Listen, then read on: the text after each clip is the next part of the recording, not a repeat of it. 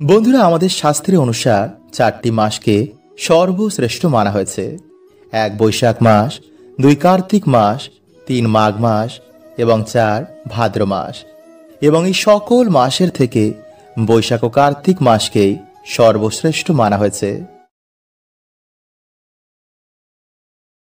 তাই পবিত্র মাসে বন্ধুরা আমাদের প্রত্যেক বুধবার, বৃহস্পতিবার এবং শুক্রবার দিন মা লক্ষ্মীর সাথে ভগবান শ্রী গণেশেরও আমাদের আশীর্বাদ নেওয়া উচিত। এতে সেই বাড়িতে বন্ধুরা সুখ, শান্তি এবং সমৃদ্ধিতে ভগবান ভরিয়ে দেন। কারণ ভগবান শ্রী গণেশ হচ্ছেন সমস্ত ব্রহ্মাণ্ডের বুদ্ধি, যশ, মান, সম্মান, অর্থ এবং সৌভাগ্য ও প্রথম পূজ্য দেবতা। আর মা লক্ষ্মী হচ্ছেন এই সমস্ত ব্রহ্মাণ্ডের পালনকর্তা ভগবান বিষ্ণুর তার অর্ধ নারী রূপ। তাই সমস্ত ব্রহ্মাণ্ডের তিনি হচ্ছেন শ্রী শক্তি। তার কৃপায় ভিখারিও রাজা হয়ে যায়। তাই বন্ধুরা দেখবেন যে পয়লা বৈশাখ বা কোনো শুভ কার্য শুরু করার আগে একসাথে মা লক্ষ্মী ও ভগবান শ্রী গণেশের আরাধনা করা হয়। তাই বন্ধুরা আর কিছু দিন পরে নতুন বছর আসছে। তাই এই সময় বন্ধুরা এই লক্ষ্মী মাসে আমাদের অবশ্যই কিন্তু ভগবান শ্রী গণেশ এবং মা লক্ষ্মীর আমাদের আশীর্বাদ নিয়ে রাখাটা দরকার, যাতে নতুন বছর আমাদের জন্য পরম সৌভাগ্য, সুখ, শান্তি এবং অর্থ নিয়ে আসে। বন্ধুরা, আপনি কি জানেন যে স্বপ্নশাস্ত্রে এমন কিছু স্বপ্নের ব্যাপারে বলা হয়েছে যা আমাদের জীবনে খুশির সংকেত দেয়? হ্যাঁ বন্ধুরা, মা লক্ষ্মীর কৃপা প্রাপ্ত হওয়ার আগে, মায়ের কৃপায় মনোবাসনা পূর্ণ হওয়ার আগে মা সন্তানদের এই স্বপ্নগুলো দেখান। কিন্তু এই স্বপ্নগুলোর ব্যাপারে বলা হয় যে যতটা সম্ভব এই স্বপ্নগুলোকে গুপ্ত রাখাই ভালো, তাহলে খুব তাড়াতাড়ি স্বপ্নের ফল জীবনে দেখতে পাওয়া যায়। তো চলুন বন্ধুরা, এবার আমরা জেনে নিই সেই 6টি লাকি স্বপ্নের ব্যাপারে, যা আপনারা ভুলেও কিন্তু কাউকে বলবেন না। তো নমস্কার বন্ধুরা, আমি রাজু, আর আমাদের চ্যানেলে আপনাদের স্বাগত। তার আগে বন্ধুরা ভিডিওটিকে লাইক করে কমেন্টে হর হর মহাদেব ও জয় শ্রীকৃষ্ণ অবশ্যই লিখুন। বন্ধুরা, স্বপ্ন শাস্ত্রের অনুসার স্বপ্নে মা লক্ষ্মীর দর্শন করা জীবনে সুখ, শান্তি আগমনের বিশেষ সংকেত দেয়। তাই যদি আপনার স্বপ্নে সাক্ষাৎ মা লক্ষ্মী আসেন, তো ভাববেন আপনার জীবনে এবার সুখ শান্তিতে ভরে উঠবে। আপনার যে মনোবাসনা বাকি রয়েছে তা মায়ের কৃপায় পূর্ণ হবে। এছাড়া যদি স্বপ্নে আপনি কোনো মন্দিরে গেছেন বা কোনো মন্দিরের দর্শন করেন, তো সেই রাতে বাস্তবে আপনার চেতনা সেই মন্দির ভ্রমণ করেছিল। আর এমনটা তারাই করতে পারে যার উপর কোনো দেব দেবীর আশীর্বাদ রয়েছে।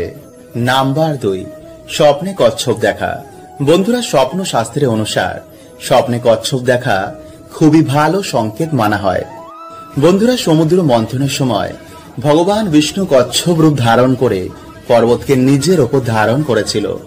তাই যদি আপনার স্বপ্নে কচ্ছপ আসে, তো ভগবান আপনার জীবনে সংকেত দিচ্ছেন যে আপনার দুঃখ কষ্ট খুব তাড়াতাড়ি দূর হবে এবং খুশির দিন খুব কাছেই রয়েছে আপনার জন্য।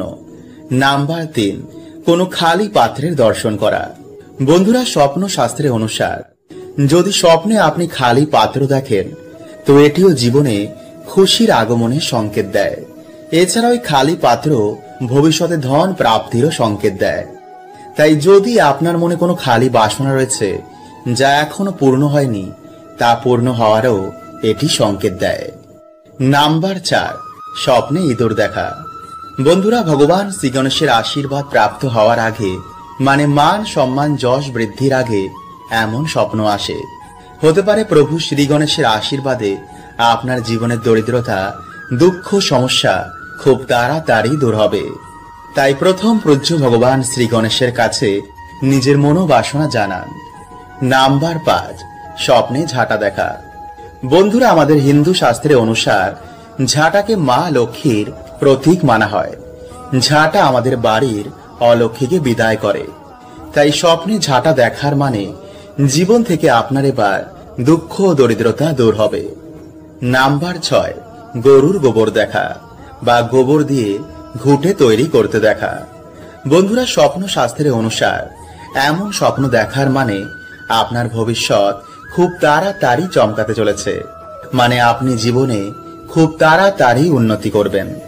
তাই বন্ধুরা, মায়ের কৃপায় 6টি স্বপ্ন দেখলে ভুলেও কিন্তু কাউকে বলবেন না। বন্ধুরা, কিছুতেই কি আপনাদের হাতে অর্থ থাকছে না? বাড়িতে কি প্রায় আপনাদের ঝগড়া ঝামেলা লেগেই রয়েছে? রোগ ব্যাধি কি আপনাদের পিছন ছাড়ছে না? তো বন্ধুরা, কালকে মানে গণেশ চতুর্থীর দিন আপনারা গরু বা কুকুরকে এই খাবারটি খাইয়ে দিন। দেখবেন বন্ধুরা, যে প্রথম পূজ্য ভগবান শ্রী গণেশের আশীর্বাদে আপনাদের জীবন থেকে সকল সমস্যা, সকল বিপত্তির কেমন নাশ হয়েছে। কারণ বন্ধুরা, যার উপর ভগবান শ্রী গণেশের আশীর্বাদ থাকে তার ওপর সকল দেব দেবীর আশীর্বাদ হয়ে যায়। কারণ আমাদের হিন্দু শাস্ত্র অনুসার 5 জন প্রধান দেবতাদের মধ্যে শ্রী গণেশ অন্যতম। কোনো কাজ ভগবান শ্রী গণেশের আশীর্বাদ ছাড়া কখনো সম্পন্ন হয় না।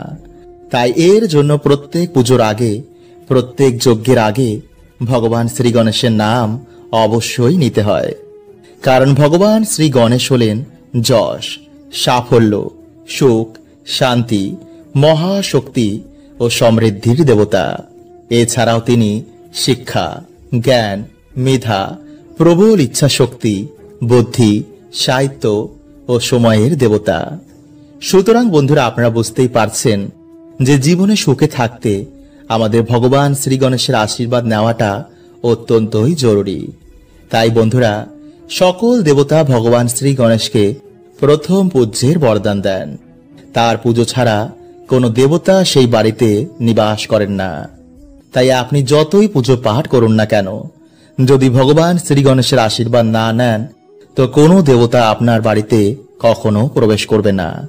তাই বন্ধুরা, ভগবান বিশ্বকর্মা তাকে দিয়েছিলেন পাশ, অঙ্কুশ, পরশু ও পদ্ম।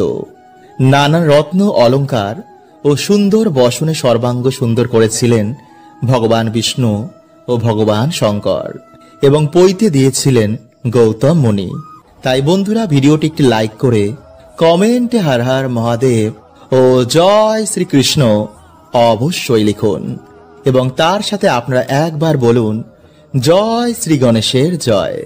বন্ধুরা, কালকের দিনে আপনারা সবার প্রথমে ভগবান শ্রী গণেশের পুজো অবশ্যই করবেন।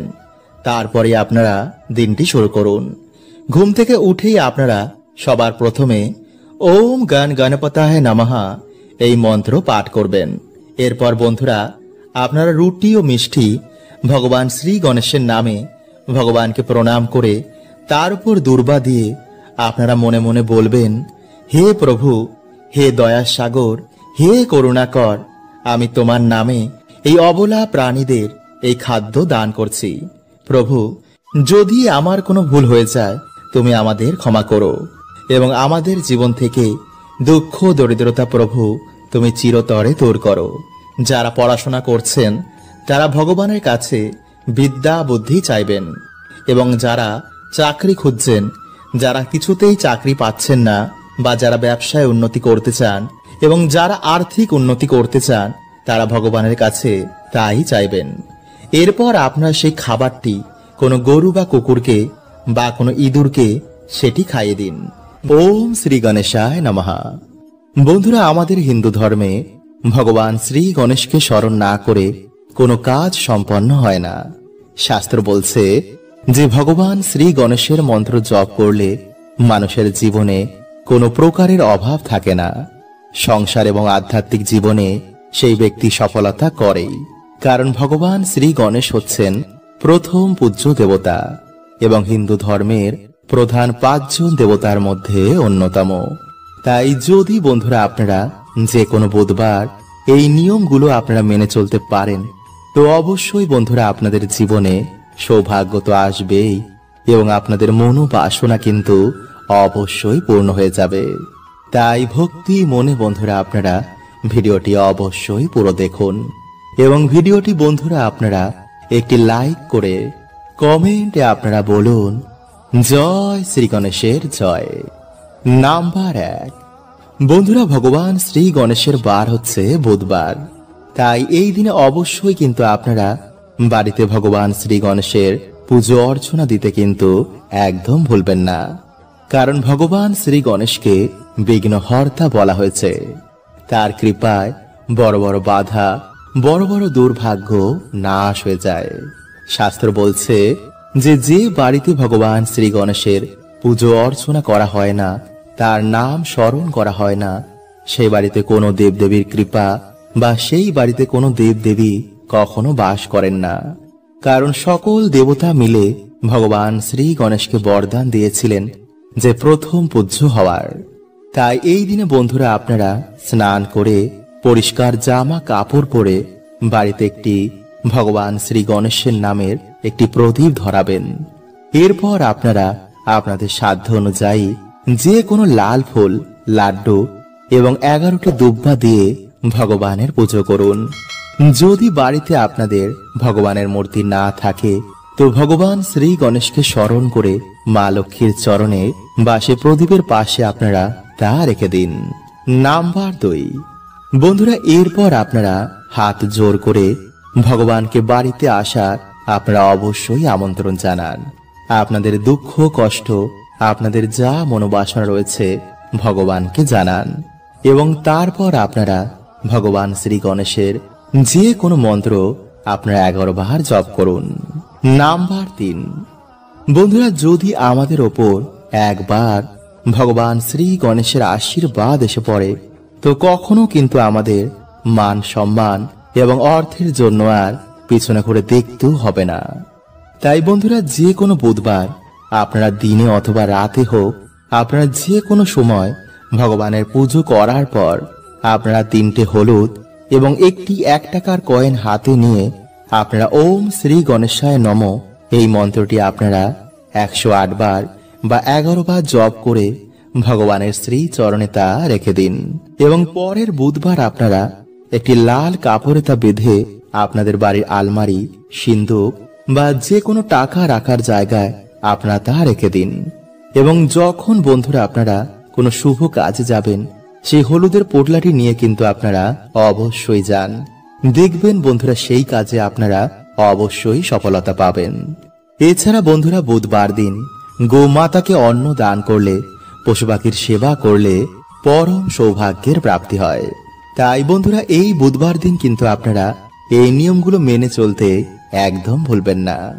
বন্ধুরা যদি আপনারা রাতে এই প্রক্রিয়াটি করেন তো বন্ধুরা রাতে আপনারা কিন্তু অবশ্যই নিরামিষ আহারই গ্রহণ করবেন, কারণ এমন শুভ কার্যের আগে এমন অশুভ কাজ না করাই ভালো। এছাড়াও আপনারা আজকের রাতে মদ্যপান, নেশা, কাম, ক্রোধ, লোভ এই কার্যগুলো করবেন না। আজকে রাতে আপনারা ব্রহ্মচর্যের পালন করবেন। ভাববেন আপনাদের বাড়িতে ভগবান অতিথি হয়ে আসবেন।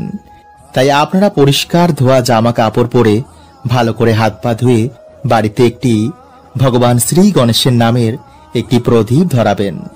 এরপর আপনারা ভগবানের উদ্দেশ্যে লাড্ডু বা মোদক সাথে লাল ফুল এবং দুর্বা ভগবানকে অবশ্যই দেবেন।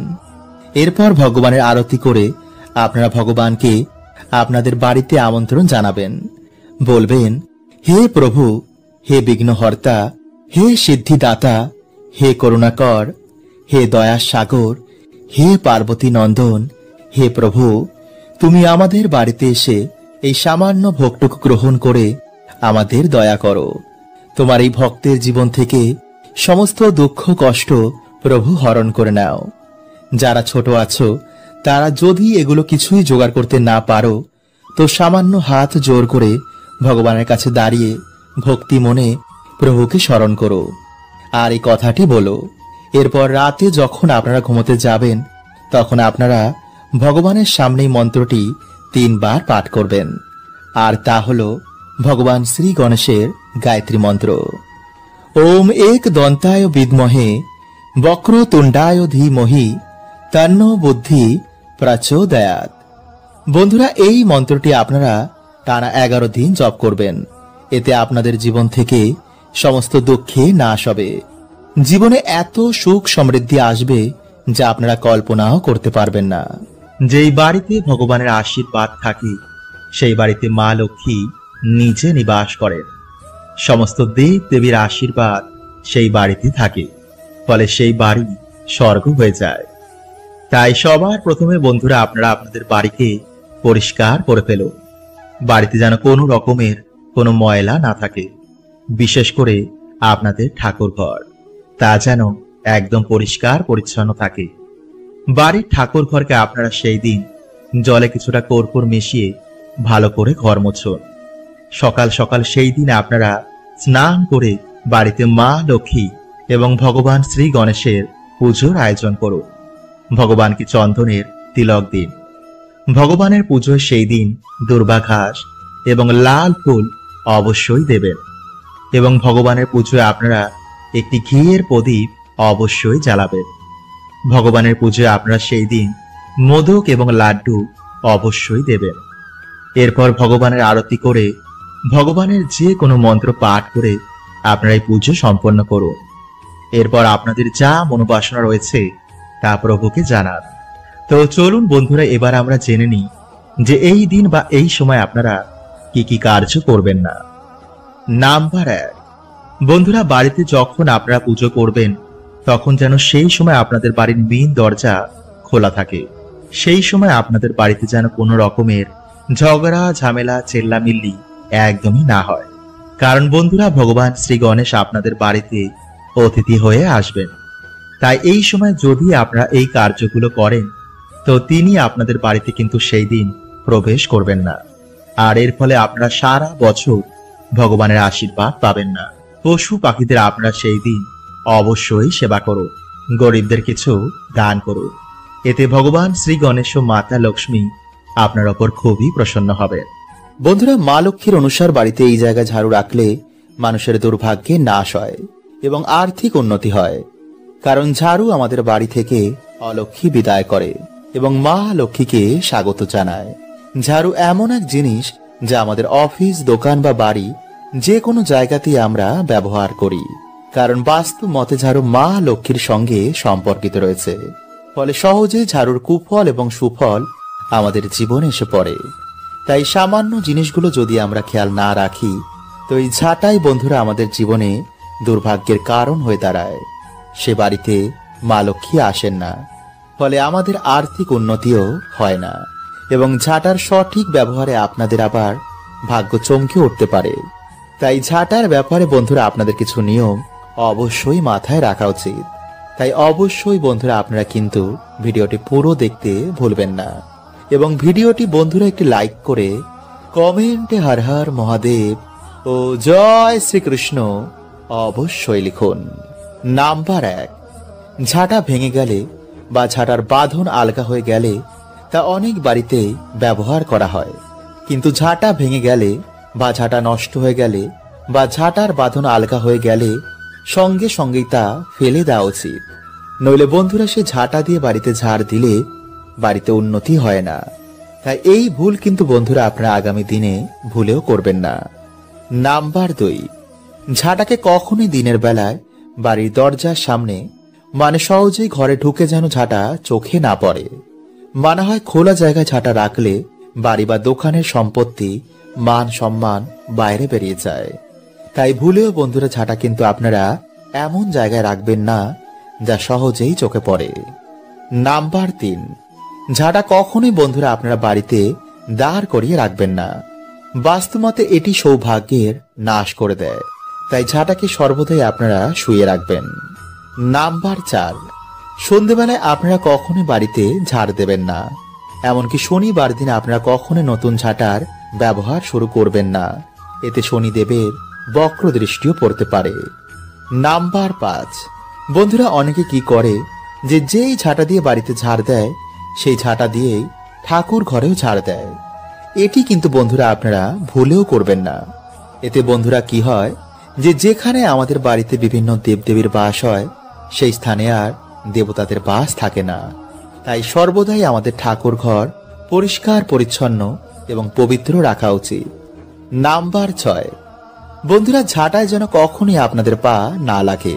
কারণ ঝাঁটা হচ্ছে মা লক্ষ্মীর প্রতিরূপ। ঝাঁটাই আমাদের বাড়ি থেকে অশুভ শক্তিকে বার করে দেয়। তাই এই ভুল যেন বন্ধুরা আপনাদের কখনোই না হয়। নাম্বার 7, বন্ধুরা যদি আপনাদের মনে হয় যে আপনাদের বাড়িতে কোনো অশুভ শক্তির প্রভাবে ঝগড়া ঝামেলা, অশান্তি এবং আর্থিক উন্নতি কিছুতেই হচ্ছে না, তো বন্ধুরা বাড়ির পশ্চিম দিকের কোনো ঘরে ঝাড়াটিকে আপনারা লুকিয়ে রাখবেন। এতে কোন রকম নেগেটিভ শক্তির প্রভাব আপনাদের বাড়িতে থাকবে না। হরে কৃষ্ণা, ওম নমঃ শিবায়।